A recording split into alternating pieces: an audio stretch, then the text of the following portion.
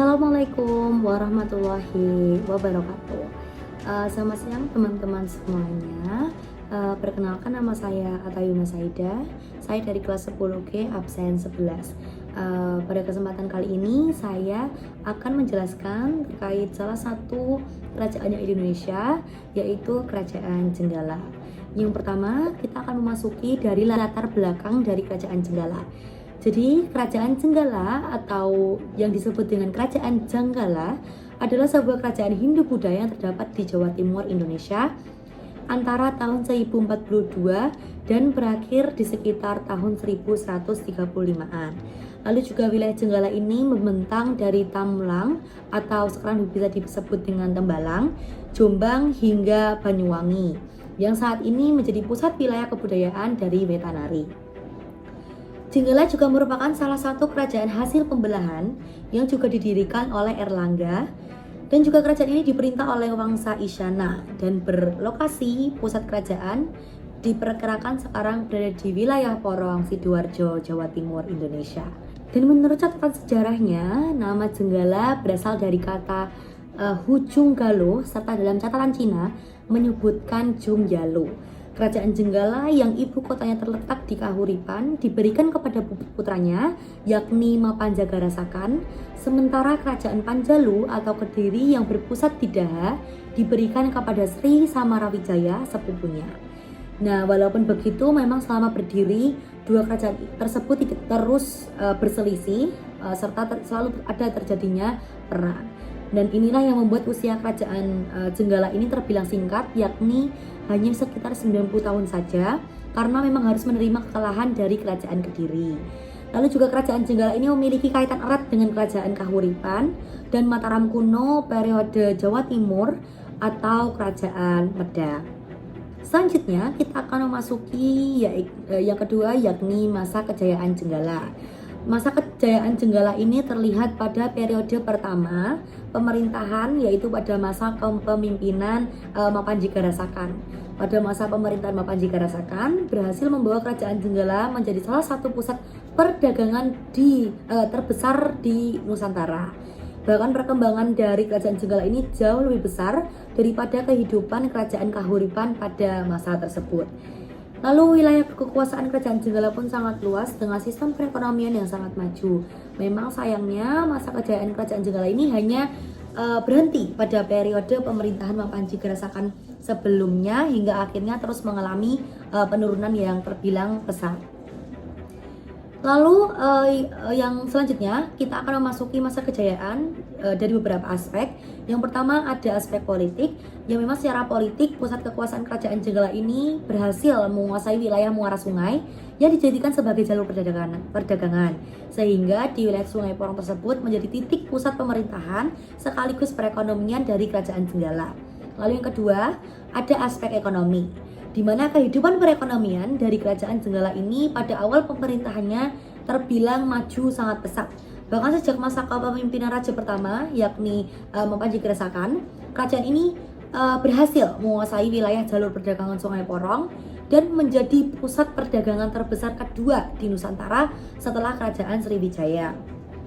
Lalu yang ketiga ada aspek budaya, di mana perkembangan kerajaan Jenggala ini tidak hanya dari sektor pemerintahan dan juga ekonominya saja, melainkan juga kesenian dan karya sastra, seperti contohnya prasasti peninggalan dari kerajaan Jenggala ini juga menunjukkan masa pimpinan setiap raja kerajaan.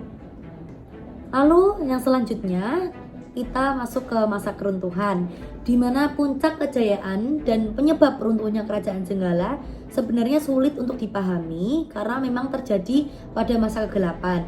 Namun berdasarkan penemuan dari prasasti Ngantang pada tahun 1035, diketahui bahwa kerajaan ini ditaklukkan oleh Sri Joyoboyo dari kerajaan Kediri dengan semboyannya yang sangat terkenal, yaitu Panjalu Jayati atau Kediri Menang, hingga Jenggala pada akhirnya menjadi bawahan dari kerajaan Kediri.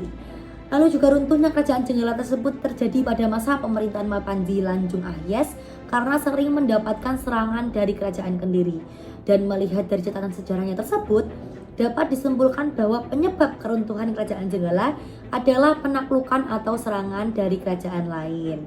Lalu melalui penaklukan tersebut masa kerajaan Jenggala pun berangsur-angsur berakhir dan berada di bawah kekuasaan dari kerajaan Kediri.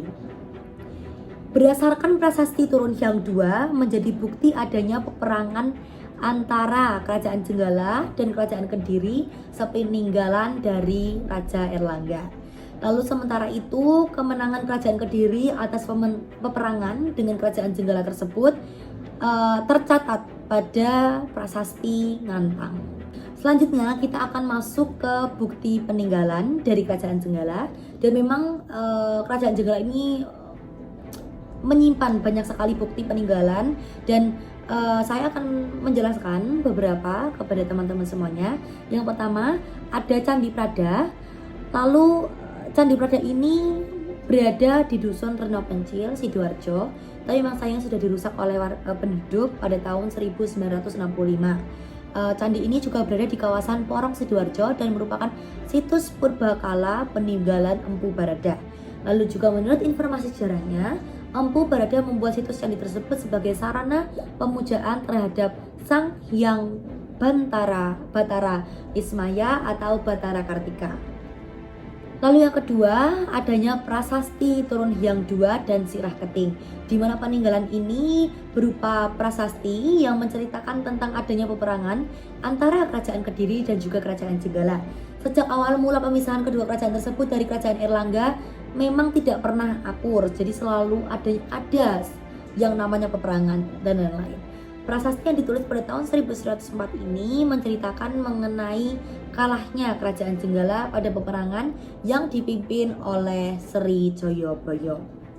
Bukti peninggalan yang ketiga, adanya tumpukan batu bata di Sidoarjo, yaitu daerah persawahan Desa Urang Agung Sidoarjo, yang ditemukan sebuah situs bersejarah yang konon merupakan bekas peninggalan dari kerajaan Jenggala. Situs yang ditemukan tersebut berupa tumpukan batu bata seluas sekitar 4 meter persegi yang ditemukan oleh penduduk desa area sawah saat menggali sawah tersebut.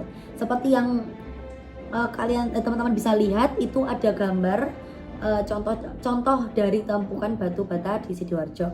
Lalu yang keempat, adanya sumur kuno, di mana sumur kuno yang digunakan untuk berbuat klinik ini ditemukan di tengah area tambak, tepatnya di desa PP Tambak Sedari Sidoarjo, dan juga banyak orang dari berbagai wilayah mengunjungi sumur ini.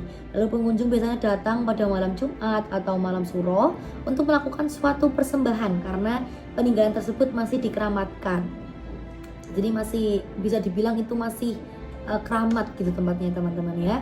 Dan juga menariknya sumur ini sampai sekarang masih bersih dan tetap segar sehingga masih bisa digunakan seperti sumur pada umumnya. Lalu masuk ke slide selanjutnya, yakni daftar pustaka. Jadi bisa teman-teman lihat di situ ada 4 sumber yang memang saya olah kembali menjadi presentasi dari kerajaan Jenggala tadi. Dan juga terima kasih teman-teman sudah mendengarkan presentasi dari saya atau Mas Saida. Dan jika memang ada kesalahan kata atau mungkin istilah-istilah, saya mohon maaf yang sebesar-besarnya. Terima kasih atas perhatiannya. Wassalamualaikum warahmatullahi wabarakatuh.